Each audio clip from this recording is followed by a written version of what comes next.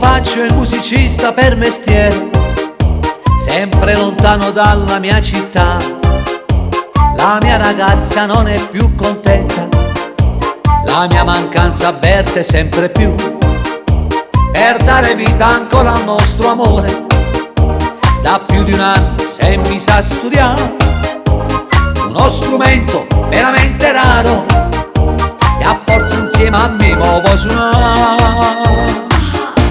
E per farmi dispetto il pifferone ha scelto, quando lo prende in mano lo prende piano piano, con garbo lo tocca, poi se lo mette in bocca. È uno strumento a fiato e di fiato ne ha.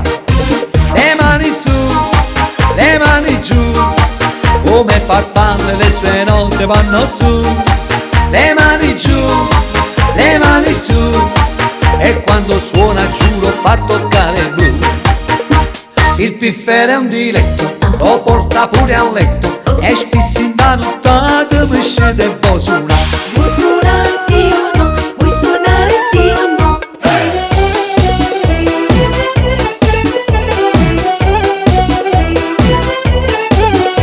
La mia ragazza adesso è assai contenta, perché sempre con me lei se ne sta. E quando impugna il piffero è maestra, ogni occasione è buona può suonare. Ha contagiato anche le sue amiche, e tutte quante mo vanno provare il suono dolce di questo strumento, che quando sentite fa consonare.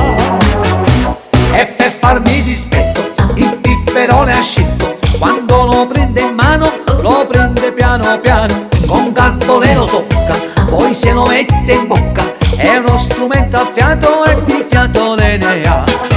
Le mani su, le mani giù, come farfalle le sue note vanno su. Le mani giù, le mani su, e quando suona giuro fa toccare il blu. Il piffero è un diletto, lo porta pure a letto, e spesso in da nottata mi scende e vuoi suonare. Vuoi suonare sì o no? Vuoi suonare sì o no?